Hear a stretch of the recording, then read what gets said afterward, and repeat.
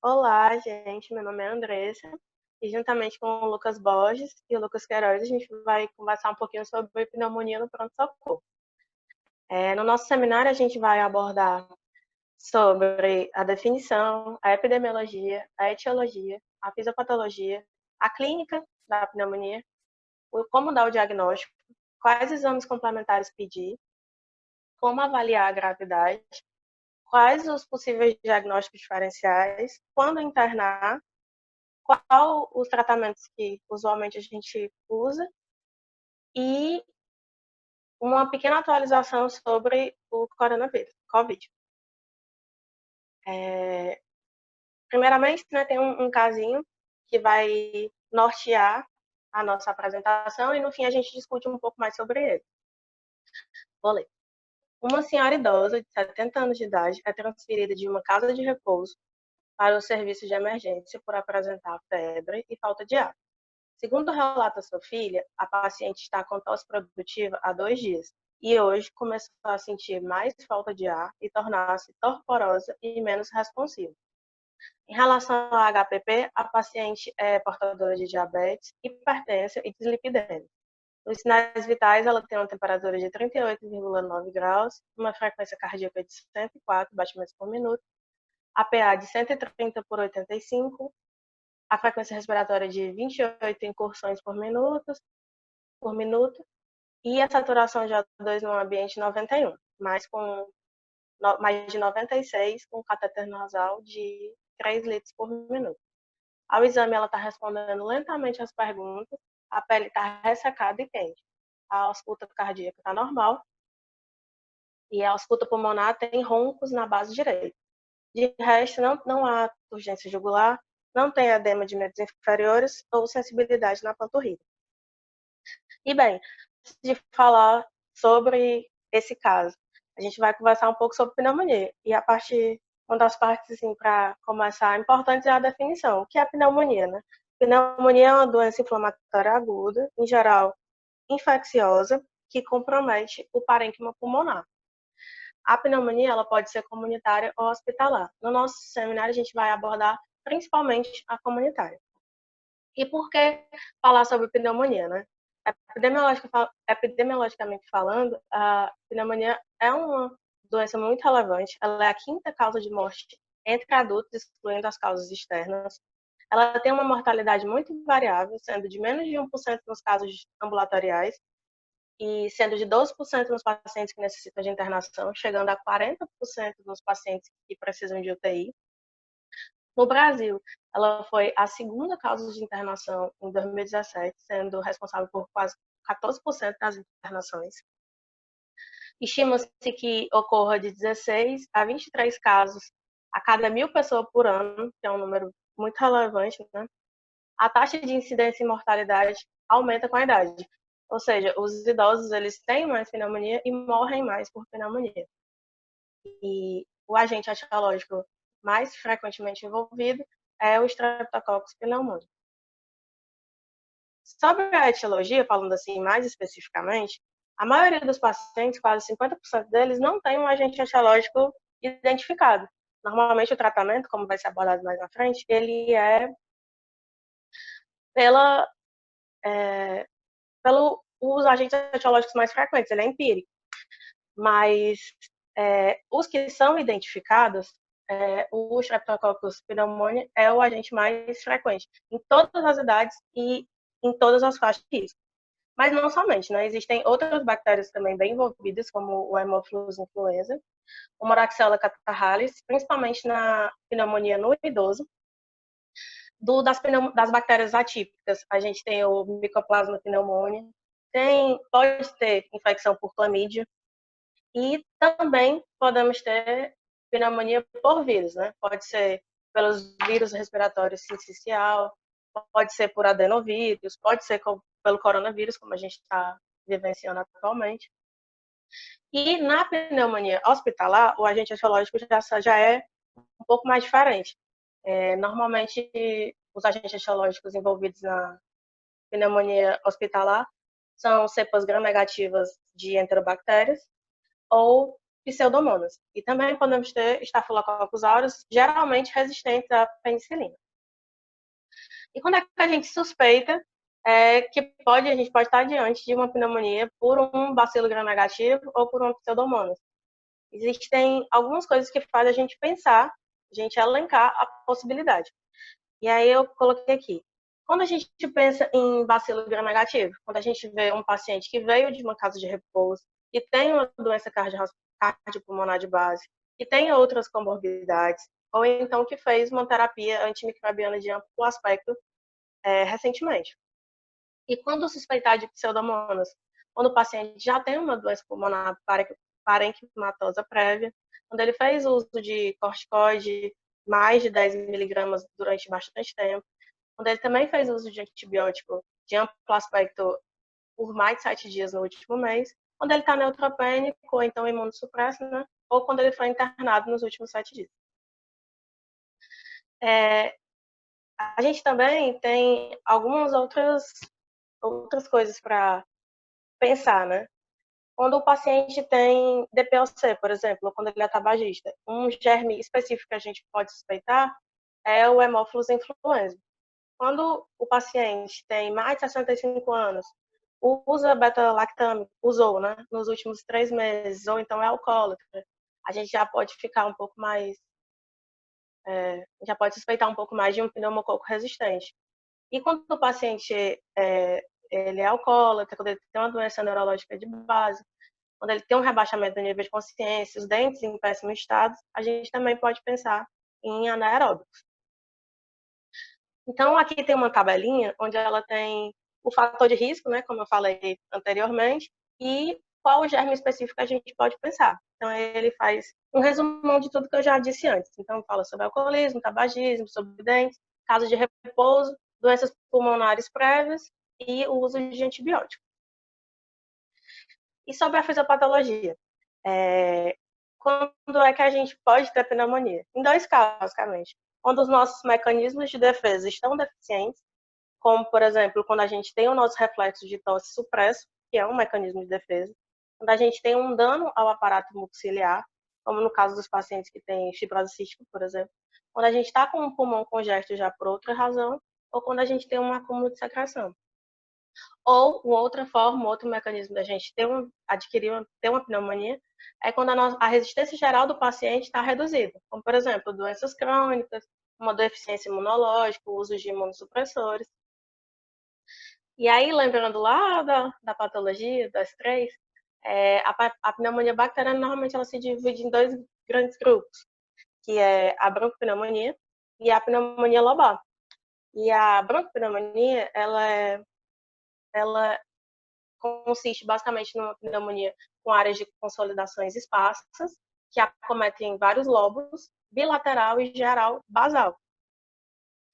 Na lobar, a gente já tem os estágios da pneumonia mais bem estabelecidos, que são 4 estágios.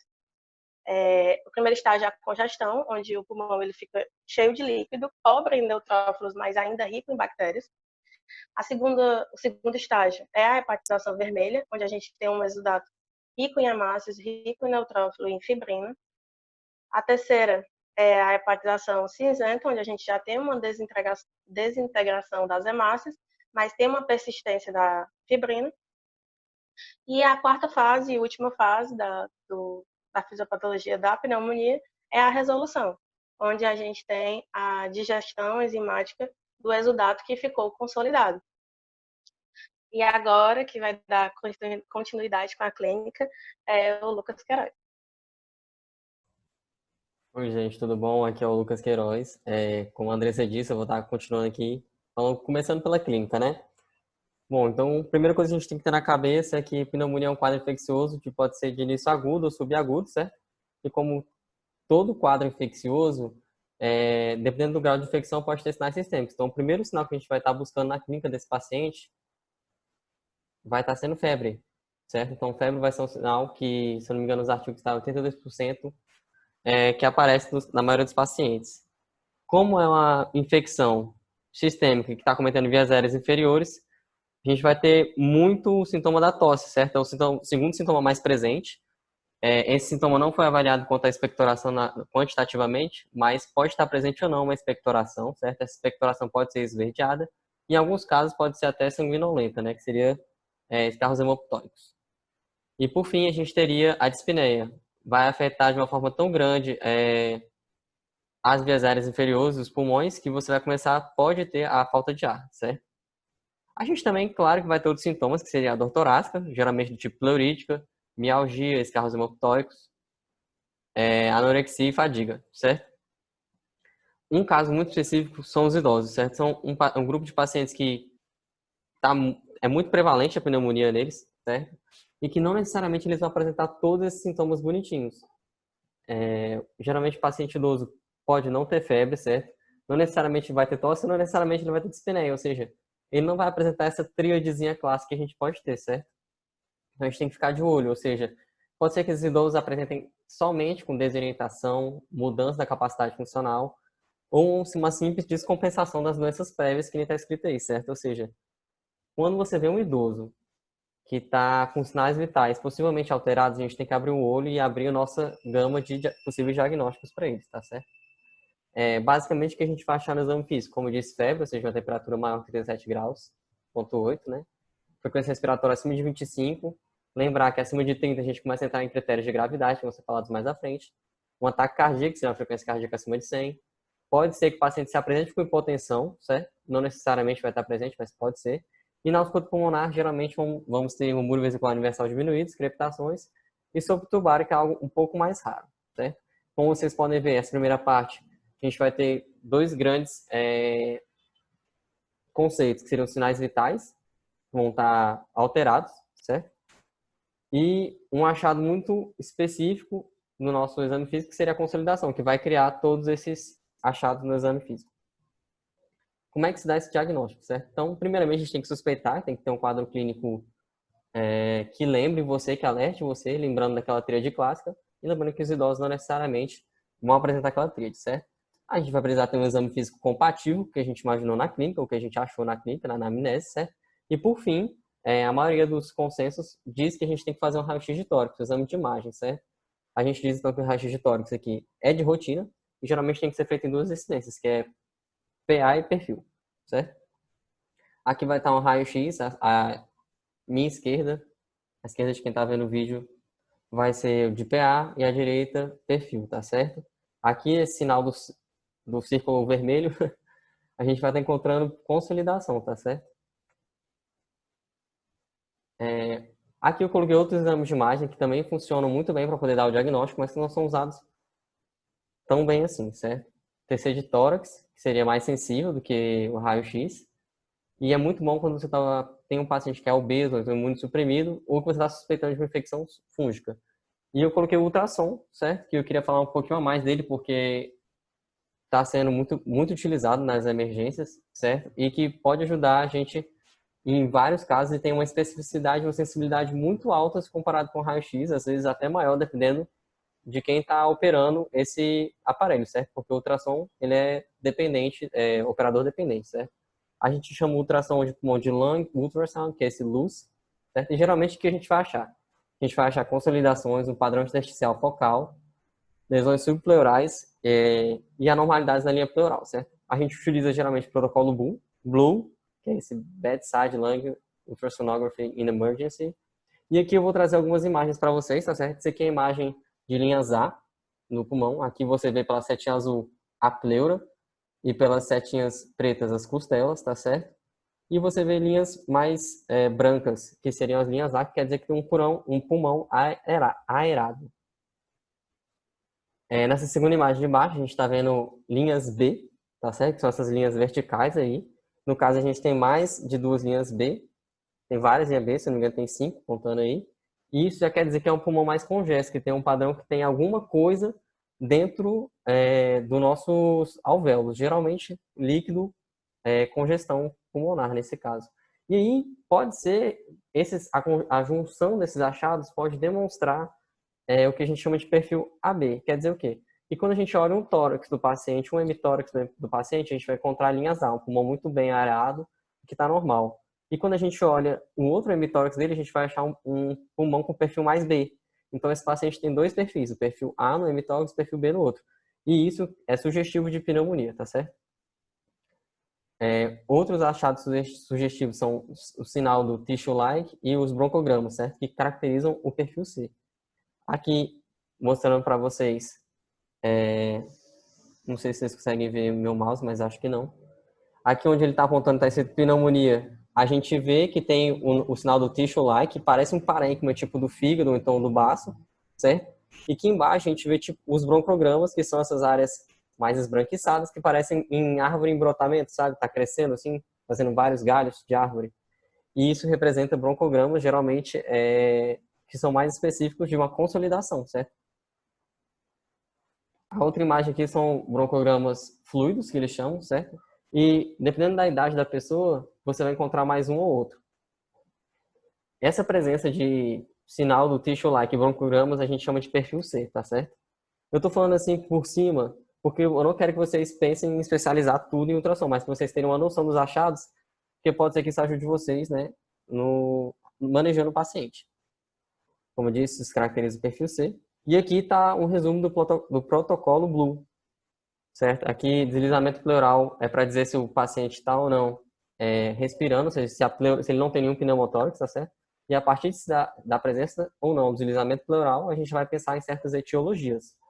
Então, se você, independente se a pessoa tiver um deslizamento pleural ou não, se você achar um perfil A, B ou um perfil C, a gente vai pensar em pneumonia. Se você não tiver um deslizamento pleural, ou seja, pode ser que aquele paciente esteja, o pulmão dele esteja colabado, ou seja, não tem deslizamento pleural, ou seja, a pleura não está, o pulmão não está insuflando. Então, a gente vai ter um pneumotórax, né? Que seria o que a gente acharia pelo lung point. E um perfil B', que seria a pneumonia, ou seja, que seria a presença do não deslizamento pleural com um padrão de linhas B, tá certo? Esses dois achados, tanto perfil AB, perfil C e perfil B', caracterizam pneumonia pelo protocolo Blue. E exame complementar, a gente vai pegar alguns pacientes aqui que vão ser classificados se eles precisam de tratamento ambulatorial, se eles precisam de internação hospitalar ou se eles vão para UTI, certo? Mais para frente a gente fala um pouquinho disso. Mas só para dizer para vocês que geralmente o paciente que é tratado ambulatorialmente não precisa de mais exames complementares além da radiografia de tórax ou do ultrassom, tá certo?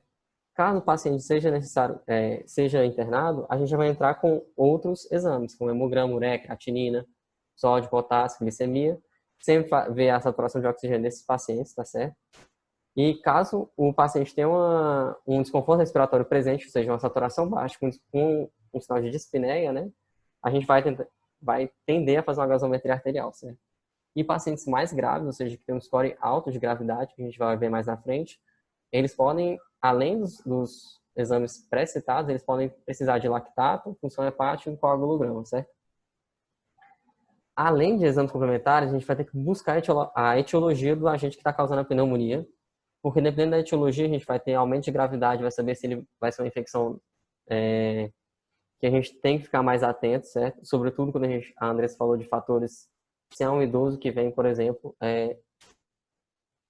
de uma casa de idosos, né? Então, quando é que a gente faz essa investigação etiológica? Primeiramente, quando for uma PAC grave, ou pacientes internados em UTI, ou a gente teve falha no tratamento empírico do paciente ambulatorial, que foi tratado ambulatorialmente, certo? O que a gente vai pedir? A gente vai pedir primeiramente o exame direto e cultura do escarro da pessoa, tá certo? Uma hemocultura, detecção de antígenos urinários para pesquisar germes mais específicos, sorologias, porque pode ser um acometimento viral, no caso, né? Cultura para germes atípicos especificamente, lembrando que a André já falou desses germes, e testes moleculares de PCR também para poder achar esses vírus, tá certo? Que está sendo mais utilizado, por exemplo, atualmente, como a gente vai falar mais à frente, do COVID, quando o paciente vai fazer, por exemplo, um swab de nasofaringe nos 4 primeiros dias, se você consegue achar pela PCR o vírus, tá certo? Pacientes que estão em ventilação mecânica ou tiveram falha terapêutica e você quer descobrir um diagnóstico diferencial, a gente pode fazer uma coleta de exames mais invasiva por uma broncoscopia ou por uma aspiração endotraqueal ou fazer um lavado broncoalveolar, tá certo? Pacientes que têm derrame pleural, a gente pode sim fazer uma toxicentese para descobrir qual tipo de bactéria que está crescendo ali, certo? Aqui eu coloquei um dos critérios de gravidade que a gente utiliza, certo? Eu coloquei o CURB porque o curve é aquele que a gente menos vai precisar de coisas menos exames complementares e mais clínico, ou seja, pode ser que você esteja no interior, você não tem um hospital que te garanta todos os exames, ou então demore a sair, e você precisa dar uma avaliação rápida para aquele paciente, certo? Então, o curve é baseado nesses 5 critérios, seria a confusão mental, a dosagem de ureia, a frequência respiratória, a pressão arterial e a idade do paciente, certo? No caso, a gente tem o curve adaptado, que seria o curve sem a ureia, tá certo? Que aí a única diferença dele para o curve vai ser que pacientes que vão ser tratados ambulatorialmente têm que ter 0 no score, pacientes que vão ser tratados, que vão ser internados podem ter 1 ou 2, e pacientes que vão precisar ir para UTI, eles vão ter 3, tá certo? 3 ou 4, 3 ou mais. Muda só isso. Como eu disse, o curvo, então, cada aspecto desse vai ganhar 1 ponto. Se a pessoa tiver 0 ou 1 pontos, ela vai ser tratada ambulatorialmente. Se ela tiver 2 pontos, ela vai ser tratada. Você vai considerar o tratamento hospitalar, ou seja, vai considerar internar essa paciente. E se ele tiver mais de 3 pontos, vai ser tratado como PAC grave e você vai provavelmente colocar ele no UTI, certo? No leito de UTI. Por que a avaliação da gravidade é importante? Porque ela cria um impacto direto na redução da mortalidade, certo? Dentro de 30 dias. Geralmente a gente faz várias escalas, que tem aqui embaixo, PSI, ATS, DSA, SmartCop e SCAP, para ver como aquele paciente vai evoluir e quais medidas eu posso fazer para reduzir as complicações que ele pode ter, tá certo? Por fim, eu vou falar um pouquinho de biomarcadores, porque os biomarcadores atualmente estão sendo usados para complementar essa avaliação da gravidade, tá certo? Geralmente, os dois que a gente utiliza nas emergências é a procalcitonina e PCR, certo? E quais são as vantagens? A gente consegue, por meio desses dois, distinguir assim, entre aspas, né? Pender mais a um diagnóstico vai ser bacteriano ou viral, tá certo? A procalcitonina, ele é mais bacteriano, e o PCR, ele é geral. Como eu disse, ele vai auxiliar a gente para ver o prognóstico daquele paciente, para ver se ele vai estar muito inflamado ou não, e reduz no tempo de uso do antibiótico, ou seja, muitas vezes a gente vai dosar esses biomarcadores, vai ver se eles estão elevados, mas o paciente ainda não apresenta uma clínica muito grande, você vai começar um antibiótico baseado mais nos marcadores, tá certo? E a partir da evolução clínica, da melhora clínica, você vai retirar aquele antibiótico, ou seja, ele vai auxiliar a gente na escolha do tempo, na duração daquela antibiótico terapia, tá certo? E basicamente aqui eu coloquei uma tabelinha para os diagnósticos diferenciais, tá certo? Que vão estar em 2 grandes grupos, que vai ser raio-x de tórax anormal e raio-x de tórax normal. Eu coloquei aqui mais para vocês lerem mesmo na hora de estudar, tá certo? E aqui já vou passar a palavra para o meu amigo Borges. Então, pessoal, eu vou continuar agora aqui com a nossa apresentação, certo? Sou o Lucas Borges. E, assim, agora que a gente já viu o quadro do nosso paciente, a gente já solicitou alguns exames, a gente já viu a gravidade do quadro dele, é necessário que a gente tome uma conduta, né? Que a gente saiba, a gente vai tratar ele em casa, a gente vai internar ele aqui, a gente vai mandar ele direto para a UTI, e isso está diretamente relacionado com esses critérios de avaliação da gravidade da doença, porque isso vai ter um impacto direto na redução da mortalidade. Além disso, também é importante para o sistema de saúde, porque vários casos de pneumonia são internações que são feitas de maneira desnecessária, não precisava, você poderia ter tratado ambulatorialmente. Então, o papel do médico, essa é uma das decisões mais difíceis que ele vai ter que tomar e mais fundamentais também. Pode passar aí o slide. Então, para determinar a gravidade desse paciente e como a gente vai tratá-lo, a gente tem alguns scores que ajudam a gente nisso. Esse PSI seria o mais completo, mas ele não é muito fácil de ser aplicado. Então, a gente pode ver que ele tem diversos critérios, certo? Desde fatores demográficos, comorbidades, até achados laboratoriais, radiológicos, exame físico. E ali embaixo vocês podem observar que a gente vai fazer a pontuação do nosso paciente e ali embaixo ele vai ser dividido em 5 classes. Na primeira e na segunda ele seria tratado ambulatorialmente. Na terceira já teria a indicação de uma internação ainda que breve. E 4 e 5, que seriam as classes com maior pontuação, já teria é a necessidade de internação e até de UTI, dependendo do caso. Pode passar. Aqui, o Queiroz já falou um pouco sobre o CURB, mas é importante ressaltar que ele, em comparação ao anterior, apesar dele não ser tão completo, ele é muito mais fácil de você aplicar no dia a dia. Acredito que ele seja um dos mais utilizados, porque ele tem menos critérios, é mais fácil da gente aplicar e ele já dá um resultado bem direto rapidamente. Então, ali na tabelinha direita, você já vê a mortalidade, certo? A porcentagem e também a forma que você deve considerar tratar o paciente. Pode passar aí. E esse Smart Cop seria um critério mais recente, que também é pequeno, e ele a função dele já seria dizer, mostrar os pacientes que necessitam de utilizar ventilação mecânica invasiva, ou então drogas vasoativas na evolução da PAC, que aí já seria um quadro mais grave, certo? Ele também leva em consideração a pressão sistólica, confusão mental, frequência cardíaca, um infiltrado que vai ser visto no exame de imagem, frequência respiratória, enfim, mais um score que a gente pode utilizar para determinar a conduta que a gente vai ter com o nosso paciente. Pode passar.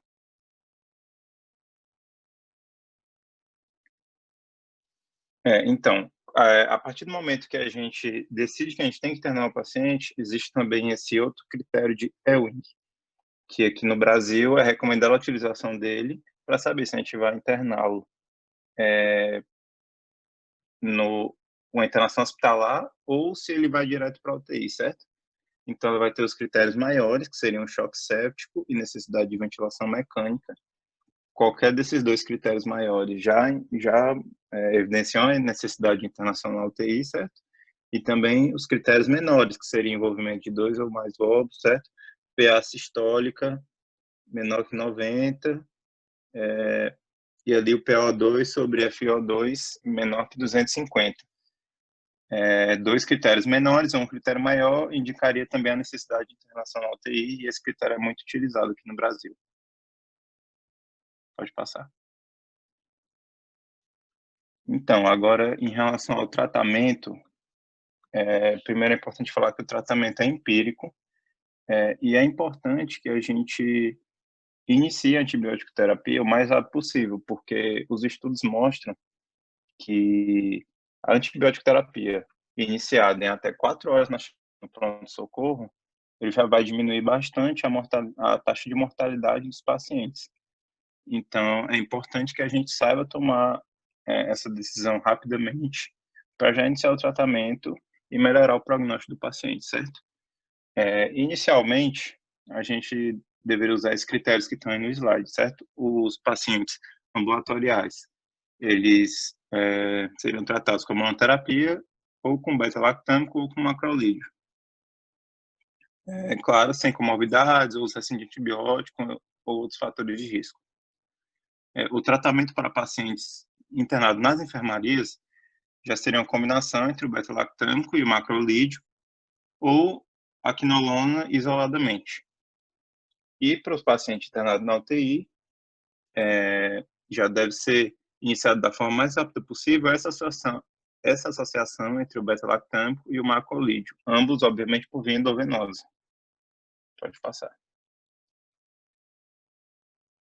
Então, aqui eu separei um quadro bem completo que ele já mostra esses esquemas, certo? E ele ainda coloca algumas exceções, no caso de alergia, por exemplo, a um beta-lactâmico, um macrolídeo, outra opção que você teria, ali no caso o paciente apresente alguns fatores de risco, uma doença mais grave, uso recente de antibióticos, tudo isso deve ser levado em consideração na hora de iniciar o tratamento, certo? Pode avançar. E aqui, no caso, nós temos alguns exemplos de terapia-alvo mais específicas, que geralmente a gente lança mão delas quando o paciente não está respondendo a essa primeira terapia iniciada. E aí, como até o comentou, aí a gente já vai ter feito um exame com uma cultura, já vai saber exatamente com o que a gente está lidando e a gente pode escolher mais especificamente o tratamento que a gente vai usar. Então, no caso, pode ser um pneumococo resistente à penicilina, pode ser pseudomonas, entre outros aí, tem vários exemplos aí com os tratamentos com os tratamentos recomendados, certo? Pode avançar. E outra coisa que é muito debatida e muito questionada é o tempo de tratamento que deve ser utilizado, certo? Muitos defendem que um tratamento mais rápido ele pode ser mais benéfico, porque vai ser mais fácil do paciente aderir ao tratamento, tomar o remédio direito, vai ser mais difícil da bactéria adquirir uma resistência, enfim, só que você também não pode reduzir a ponto de o tratamento não ser efetivo. Então, são muitos estudos dão diferentes níveis, com diferentes níveis de evidência. Eles mostram, alguns dizem que o tratamento tem que ser a partir de 5 dias, até 7 dias, outro em caso mais grave já deve ir dos 7 dias até os 10. Enfim, isso é muito variável, mas aí tem uma tabelinha bem explicadinha com diversos estudos aí, diversas recomendações de tempo de tratamento. Pode avançar. E agora eu vou falar um pouquinho sobre o Covid-19, um tema que, obviamente, está aí presente no nosso dia a dia. E a pneumonia, ela tem uma certa relação porque ela aparece tanto como um diagnóstico diferencial e, além disso, ela também é uma complicação frequente do Covid-19. Então, muitas vezes, a gente vê um paciente com pneumonia e a gente tem que determinar se ele teve a pneumonia a partir de uma bactéria que ele adquiriu na comunidade ou se vem a partir da infecção de Covid. Enfim, não é tão fácil, até porque a gente não conhece tão bem o Covid-19 ainda, então não é tão fácil sempre fazer essa diferenciação. Mas é importante se atentar para alguns fatos, que o paciente com Covid ele deve apresentar alguns sintomas típicos, né, como mialgia severa, como anosmia, e no caso de dispneia, não deve haver dor pleurítica, e, óbvio, questionar o paciente também se ele teve contato com casos suspeitos da doença, porque isso já indicaria que a pneumonia do paciente vem a partir de um caso de Covid, por exemplo. Já o paciente com a pneumonia adquirida na comunidade a partir de uma bactéria, por exemplo, ele deve apresentar um quadro mais agudo, com duração de menos dias, não vai chegar a semanas. Não deve haver esses sintomas típicos de Covid e alguns sintomas que podem ajudar a gente a diferenciar a dor pleurítica, que não estaria presente no caso do Covid, e também no caso do paciente apresentar um escarro purulento. Pode avançar.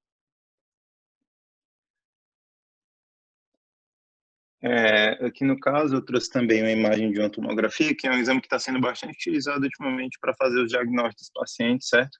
E no caso do paciente com pneumonia decorrente do COVID, a gente vai poder observar esse padrão no ATC, que é a opacidade em vidro fosco, certo? E normalmente ele vai ter uma distribuição periférica e subpleural.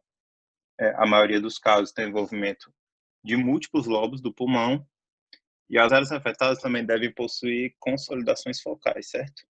Então, aí tem a imagem, as duas imagens embaixo, tem até uma setinha indicando aí, para a gente ter noção dos achados, que não são exatamente os mesmos achados que a gente teria numa pneumonia sem o COVID.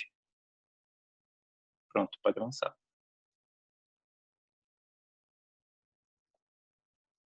Agora a Andressa vai continuar com a leitura do caso. Sim. E agora a gente vai concluir, né, o caso que a gente abriu no seminário. Eu vou reler assim, brevemente os pontos importantes e a gente vai responder alguns questionamentos.